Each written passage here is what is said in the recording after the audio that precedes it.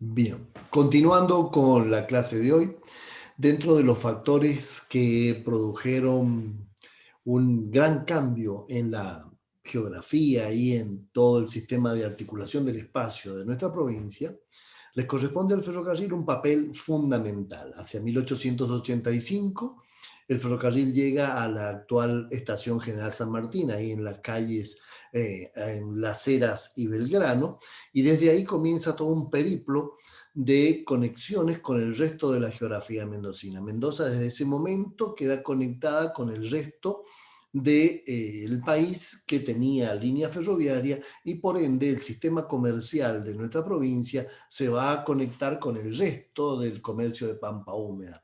Le va a traer consecuencias positivas y negativas a esto. Positivas como es el arribo de muchísimos inmigrantes que a su vez traían sus maquinarias que se aplicaron en vitivinicultura. También le abrió parte a las costumbres y a las tradiciones que estos inmigrantes trajeron. Y también un dato que no menor es que esta apertura comercial produjo también un perjuicio económico para la industria cerealera de nuestra región, ya que llegaba cereales de pampa húmeda mucho más económicos que los que se producían aquí en nuestra región. Por lo tanto, el ferrocarril tiene sus consecuencias positivas y negativas. Es más, hay unas fuentes de 1860, 1870, donde lo ven realmente al ferrocarril como un gran tropero. Este es un texto que manejan algunos arrieros de aquí de Mendoza, donde ven que el ferrocarril se los va a llevar por delante como un gran tropero, como un gran, por decir de alguna denominación entendible, un gran arriador de animales, como un gran movilizador de ganado y nos va a quitar, dice, todo el arreo que llevamos a Chile. Pues que eso que fue escrito entre 1866 y 1870 fue realmente cierto. El ferrocarril lentamente a través de las líneas férreas fue acercando el ganado de pampa húmeda, se concentraba hoy prácticamente en un sector al sur de, para que se ubiquen, en el antiguo matadero de Godoy Cruz, al sur del emprendimiento comercial que se encuentra sobre la calle Joaquín B. González, que ahora no me sale el nombre. Ahí se encontraba el apeadero, el lugar donde el ganado se concentraba, que venía de pampa húmeda, se lo trasladaba a vagones de menor trocha y se lo conducía a través de este ferrocarril que vamos a ver ahora, se lo conducía a Chile. Es decir, que ese vaticinio que los arrieros tenían allá por las últimas décadas del siglo XIX fue una realidad. El ferrocarril se llevó, digamos, se llevó por delante su actividad económica con los animales y los terminó reemplazando. Es el ejemplo que se da en todos los procesos de revolución industrial que se ha dado en todas las partes del mundo. Bien, veamos ahora la aplicación del ferrocarril al sector de alta montaña. El ferrocarril, como les dije, llegó a nuestra provincia en 1885 y acá hay una hermosa visión de la Estación General San Martín con un gran tráfico ferroviario. Esta es una pilota de maniobras, una locomotora que servía para movilizar las cargas, perdón, los vagones dentro de la estación. Es interesante ver, disculpen que me voy a detener un momentito en esto, en el aspecto social. Fíjense que estos son niños, uno vendedor de diarios y el otro con el uniforme de ferrocarrilero. Es decir, que el niño tenía un trabajo dentro de la estación de ferrocarril. Luego, la flecha que se encuentra aquí indica el tren que se dirigía a San Juan, el conocido Sonda.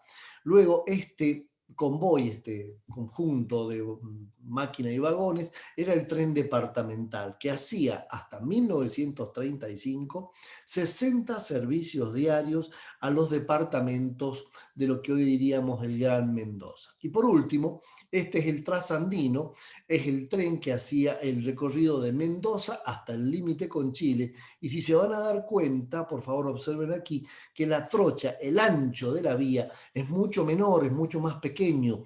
Por eso aquí viene en vía de 1 metro y entra a 1,65 m. Por eso ustedes están viendo aquí 3 rieles, porque sobre el 1,65, que es la trocha ancha, se ha montado la trocha angosta, que es la trocha de montaña.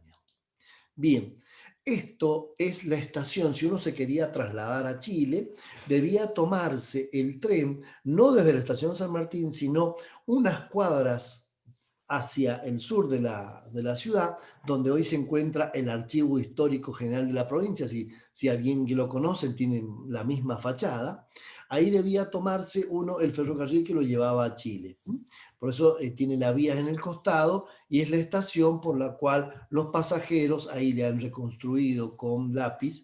¿Por qué digo reconstruido? Porque este edificio tuvo el efecto de un terremoto y se le cayó parte de la balaustrada y de las columnatas que tenía en la parte superior. Bien, este era el recorrido que el trasandino hacía. Saliendo desde la estación Mendoza, iba tomando todas estas estaciones hasta llegar finalmente al límite con Chile.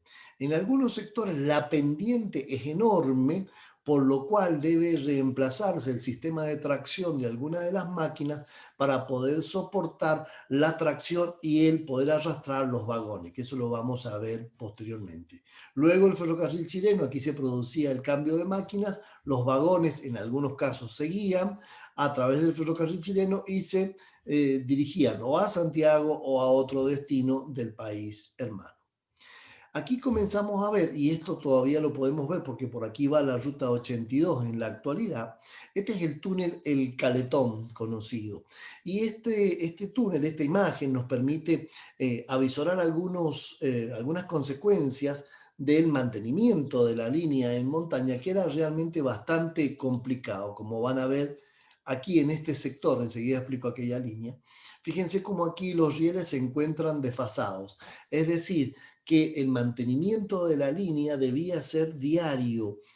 Después les cuento un poquito más adelante que cada vez que un tren salía de Mendoza debía salir una partida antes que el convoy para revisar la línea, y si encontraban la línea en perfectas condiciones podían largar el servicio. En la parte media de la imagen se alcanza a observar un convoy, un conjunto de una máquina con un par de vagones y unos vagones playos que llevan rieles, lo que nos da la pauta de que la línea, o sea que esta fotografía está tomada cuando la línea se está construyendo. Esta es la estación, la vieja conocida estación de Uspallata, aproximadamente hacia 1891, donde nos encontramos con un convoy con vagones para ganado vacuno y un gran acopio de rieles, lo que nos está indicando la extensión de la línea. Avanzando ya hacia Cordillera, nos vamos a encontrar muy cerquita de San Juan Amarillo. San Juan Amarillo fue una estación muy importante, y enseguida les explico por qué, pero aquí les muestro el detalle. Fíjense que la línea va prácticamente a la vera del río, muy cerca, y también está muy cerca de los acarreos que se producen por el material que se va degradando de las distintas orillas o de las distintas márgenes, perdón, del río Mendoza, y eso pone en riesgo tanto por los acarreos o por las inundaciones, lo que nos lleva a una segunda consideración, es decir, como les comentaba recién, que esta línea necesita demasiado mantenimiento, un mantenimiento diario prácticamente, lo que la convierte en una línea sumamente onerosa en su mantenimiento. Cuando la línea iba avanzando, el lugar extremo de la línea, cuando hasta donde la línea llega, casi siempre se la denomina punta de rieles. Es el lugar hasta donde los obreros ferroviarios han llegado y es una denominación que se va cambiando a lo largo de la extensión de la línea. Esta imagen es llamativa porque junto a la punta de rieles, el extremo de la línea que se está construyendo, aquí están los durmientes acopiados, lo que nos está hablando de la construcción de la línea, tiene en medio de la línea un riel dentado. Este riel dentado, ¿para qué servía? Para darle tracción a las locomotoras, porque como les dije hace un momentito, Hay sectores en cordillera que tienen pendientes de 60 por 1000, es decir, que en 1 kilómetro la línea asciende 60 metros, es una pendiente muy, muy grande. Entonces, ¿cómo tracciona? Tengan en cuenta que la locomotora tiene ruedas de hierro y hierro sobre hierro, cuando hay pendiente no hay agarre, no hay adherencia, por decirlo de alguna manera. Entonces, esa adherencia, ¿cómo se conseguía? Debajo de la locomotora había un engranaje como si fuera el piñón de la bicicleta que se enganchaba acá y le permitía poder traccionar en subida y frenar en bajada. Esta se llama la famosa o el tercer riel o la cremallera, vía en cremallera. Bien, también un elemento interesante va a ser a los distintos eventos climáticos que el ferrocarril trasandino se expuso, fueron las grandes nevadas y la acumulación nibia que se produjo en los sectores del recorrido de la vía. En este caso, cuando la nieve era muy, muy alta, se ocupaba esta máquina denominada el rotario, que es empujada por 3 locomotoras, era sumamente pesada.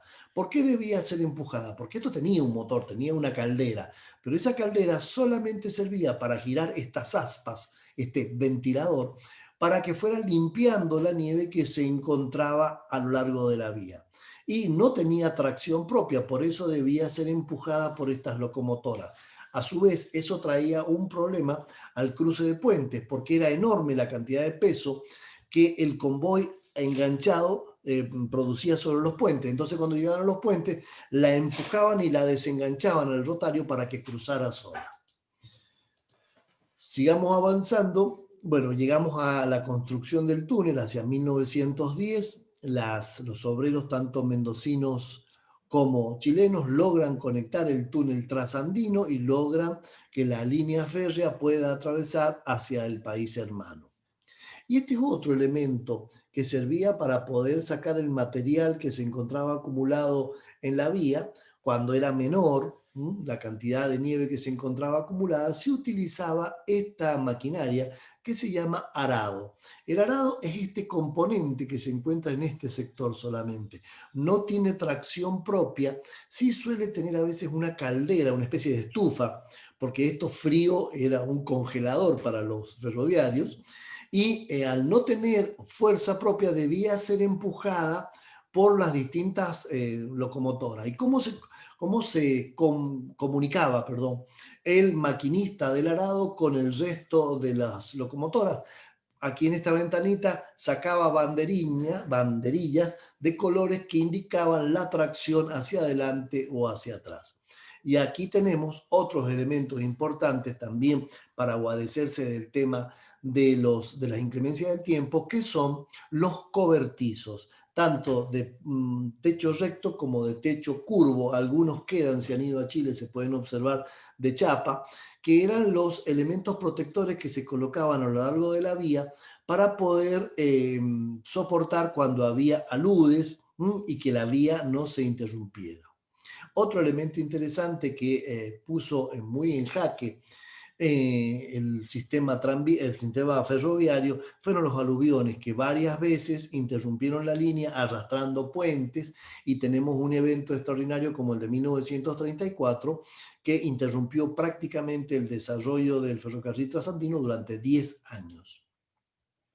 Acá, disculpen que se mezcló, acá tenemos el arado, ese elemento técnico que servía para ir separando la nieve de lado a lado. Si alguna vez van a la estación de Polvaredas, esto se puede visitar. Recuerden que son parte son propiedades de la ONAVE, el órgano nacional de bienes del Estado, pero bueno, las puertas están abiertas de la estación Polvaredas y uno puede observar, se puede subir aquí al arado y poder observar cómo funcionaba. Esto era empujado y tiene esas aspas que van arrojando la nieve hacia las orillas. Y aquí tenemos la estación San Juan Amarillo. Hoy cuando uno hace el recorrido por la ruta internacional 7, no la puede ver porque la estación San Juan Amarillo está río abajo. La ruta va aquí en este sector, es muy río abajo, a la altura de Polvareda está. Se puede observar algunos de los restos de las estaciones, de la estación San Juan Amarillo. ¿Y por qué era realmente interesante esta estación?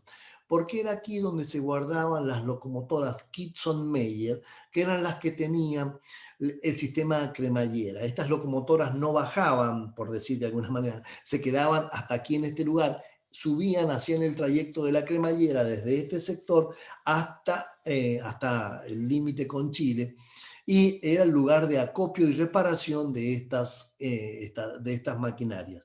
¿Y por qué es importante? Porque esta estación es la que sufre el impacto del aluvión del 34, y las locomotoras Kitson-Meyer, que eran las que hacían el trayecto del tren trasandino, quedaron aisladas en esta estación.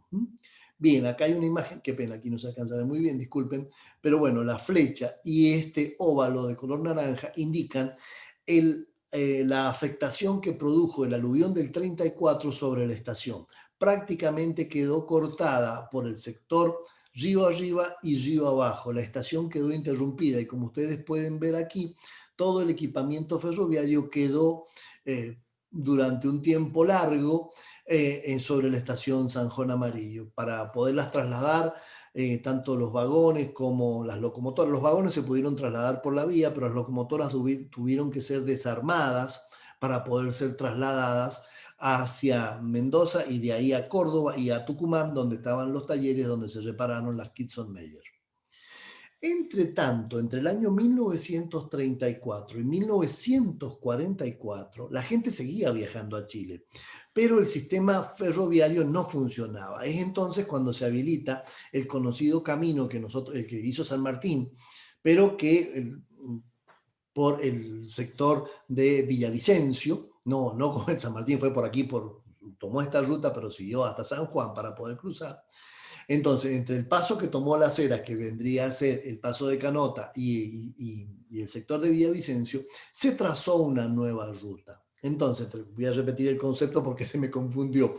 Entre 1934 y 1944, los turistas que viajaban a Chile y tomaban el tren, por ejemplo, en Buenos Aires, con rumbo a Santiago o a Viña del Mar, llegaban a Mendoza, se bajaban del tren, se subían en estos automóviles de esta compañía CITA, Compañía Internacional de Transporte Automotor, completaba el trayecto en vehículo a través de lo que hoy conocemos por el camino de Villavicencio, y los llevaban hasta Uspallata y de ahí a Chile. Y de ahí se tomaban nuevamente el ferrocarril rumbo al destino que deseaban en la República Hermana. Un detalle interesante, y esto es un regalo de la vida, yo creo, quizás puede ser muy petulante, pero entre el trabajo de investigación en fotografía tuve la suerte de comprar este álbum que en un primer momento no supe de qué era, y después investigando, era de un ingeniero de Vialidad Nacional, y que este álbum fotográfico relata cómo se fue haciendo el camino de Villavicencio hasta la Cruz de Paramillos. Es un álbum espectacular, tiene como 42 fotografías que relatan el trabajo de Vialidad Nacional para hacer esta ruta que hoy todavía se puede transitar. Aquí tenemos otro dato. Uno, me parece que el propietario del álbum es este señor, porque hemos hecho comparaciones con las fotografías que tenemos, y junto con el álbum venían algunas cartas con las que pudimos armar un poco la historia de este señor que era ingeniero de Vialidad Nacional. Ahí tenemos los vehículos, son modelo 35, 36 y 37, lo que nos están hablando, que se están utilizando, por supuesto, vehículos de último modelo, y que nos permiten situar históricamente el trabajo en el sitio. O sea, esto nos da la datación de poder ubicar, además del lugar geográfico, el tiempo histórico de la fotografía. Bien, de mi parte, para que comprendamos, el ferrocarril, en este caso, les he explicado la articulación del espacio en cuanto a lo que se refiere el traslado entre Mendoza y Chile a través del tren trasandino. Fue un tren que tenía 178 metros perdón, 178 kilómetros de extensión, disculpen el error enorme.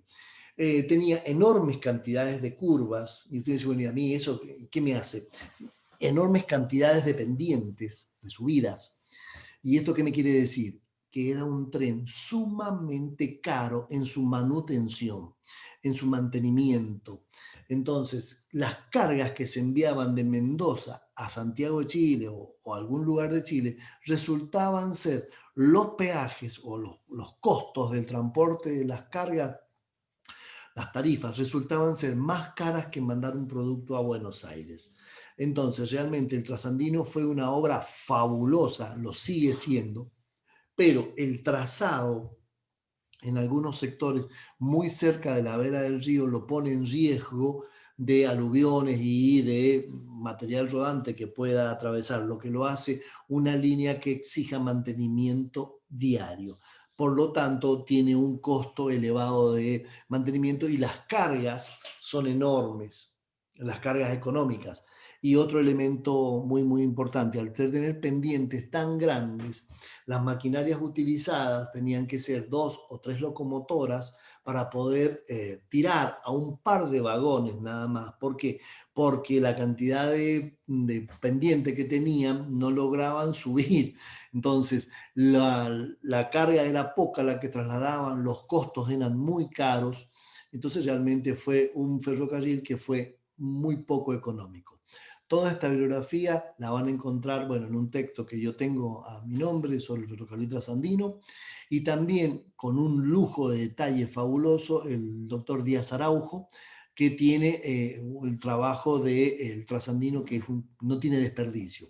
Entonces, bibliografía para esto, fundamentalmente lo del doctor Díaz Araujo y el trabajo que tengo yo. Hay mucho escrito, Pablo Lacoste también tiene, es muy amplio quizás para el momento de rendir la materia, pero ahí en los datos, en los 2 textos que les he mencionado, tienen los datos mínimos indispensables para poder estudiar este tema. Luego, se me fue que en el momento anterior de la clase de inmigración hay muchísima bibliografía, puede ser Richard Horva, el doctor Cueto, Norma Puebla, hay muchísima bibliografía que habla sobre el inmigrante. Por favor, cuando vayan a remitirse a ella, busquen en el programa y también contáctenos a nosotros porque tenemos algunas versiones digitales de estas obras. Les agradezco que me hayan acompañado y dentro de un momentito seguiremos con la otra parte de la clase, que es el aprovechamiento de los recursos que los inmigrantes hicieron, el aprovechamiento de los recursos naturales. Nos estamos viendo. Muchas gracias por su atención.